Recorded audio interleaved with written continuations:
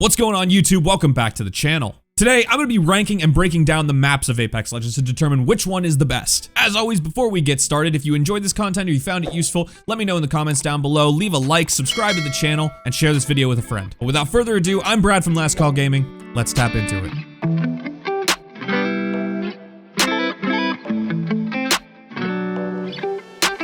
So I want to preface this video by saying that these are all, of course, my opinion. And because I'm sure that I'm somehow going to offend the stan of some map out there, just understand I don't think any of the maps are actually that bad. Just because I ranked it low doesn't mean I think it's a bad map. I think there's room for improvement. Realistically, as Apex players, we're spoiled for choice because we're the only battle royale that actually has more than one map. So kicking things off in last place, number 4, we have Kings Canyon. This should be of surprise to nobody. The oldest map in the game is starting to show its age and feels very outdated in the current state of the game. Personally, I think Kings Canyon is my least favorite map. I think there are a lot of small problems with it that all add up to it being just not the best experience all around. And I know plenty of players will agree with me here. But for those of you that don't, understand why I put it in 4th place. Kings Canyon is currently the smallest map in the game. And that unfortunately means that because of the number of movement-based legends and how movement-centric the game has become, this map has become a third-party paradise. Because of the ranges at which you can hear gunfire in this game, you can traverse to an in-progress teamfight in mere seconds. Couple that with the amount of wide-open fields and massive bowls of low ground, the entire map is basically a kill box. Don't get me wrong, there are some gems on this map. Caustic Treatment, Capacitor, and Spotted Lake are all very solid drop points with good loot and enough of it to facilitate more than one team. And while the addition of Crash Site in Season 8 did expand the map a little bit, I think the overall size and scale of the game and legend roster now dictates that this map needs a few changes. Now at the time of this recording in Season 11, Kings Canyon has been completely removed from the map rotation. And this could indicate that we're going to see some more changes to the map in the near future. But as it stands right now, the oldest map in the game is going to sit in our 4th place spot. Now before I move on to our number 3 spot, I would like to clarify that the 3rd place and 2nd place maps on this list are very close together. And under certain circumstances, they're almost interchangeable. However, there are 1 or 2 key differences that really factor into my decision. And so coming in at the number 3 slot, we have World's Edge. Now for me personally, World's Edge is one of my favorite maps in the game. The changes to the map in Season 10 addressed a lot of the issues that players had with the map, but did fail to cover a handful of the largest problems. While Sorting Facility was traded out for Lava Siphon, which is a more engaging point of interest in my opinion, Landslide took all of the problems of Trainyard and just made it kind of meh.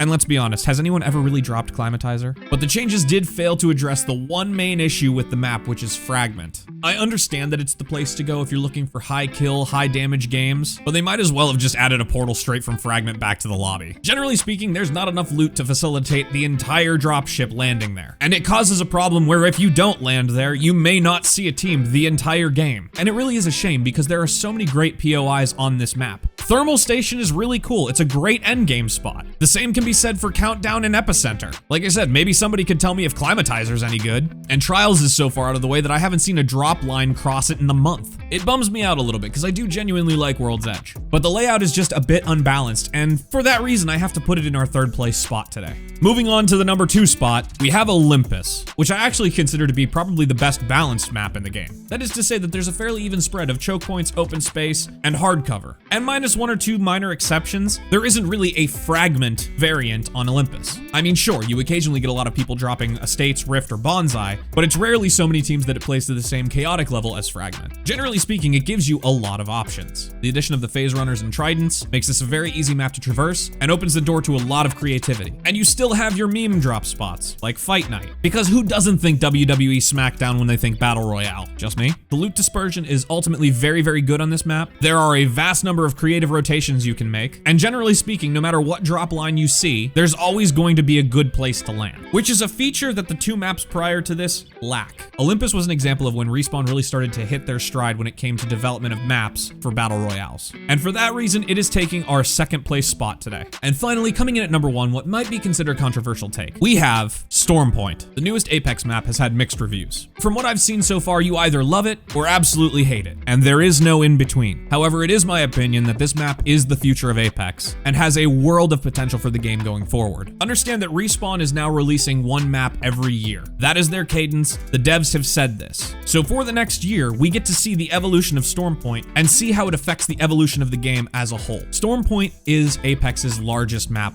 by a mile. And while it does have some flaws, I think the overall quality is very high. The map itself is very, very beautiful. And the addition of wildlife encounters, while it may be annoying to some, makes the map feel much more interactive. Not to mention being able to farm them for a little bit of shield generation is a pretty nice touch. The main drawbacks to Stormpoint as I see it right now are how spread out the loot pool can feel at times and how hard it can be to effectively rotate under certain circumstances. These issues I feel will start to dissipate over time as we really start to hone in how to play the map effectively. Much like Olympus, I feel like Stormpoint has a very good balance between wide open spaces, lots of hard cover, and choke points. And the sheer number of POIs alone means there's no shortage of places to drop. The other side of that coin is that you may only land with one other team, if any teams at all. And so this map forces you to pick your drop spots and locations a lot more meticulously. Additionally, it requires you to pay attention to exactly where your enemies are landing, because at any point you could find yourself converged on by one or two other teams. Generally speaking, I think this is a very engaging map. And with another handful of exceptions, there really isn't a fragment on this map. Certainly in pubs, there are places that people land stupidly. Command Center comes to mind, as does Checkpoint. But as a whole, I think the size of the map has really spread out the team fights and made it easier to take smarter engagements. And we know from game files that there is more wildlife that's going to be added to the map, and I'm very excited to see how this map is refined over time. But I really think that Stormpoint represents all of the best features of the other maps prior to it, and really represents what I think we can expect from Apex going forward. And for that reason, I consider Stormpoint the current best map in Apex Legends. Now, I assure you guys, the fact that these maps were ranked in the order they were introduced is a mere coincidence. While the older maps have received plenty of changes to this point, I still think they have a ways to go before they're actually up to the quality standard of Stormpoint. But I want to hear from you guys. What is your favorite map and why? Are you enjoying Stormpoint as much as I am? Let me know in the comments down below. Don't forget to like this video and subscribe, and until next time, cheers, Legends.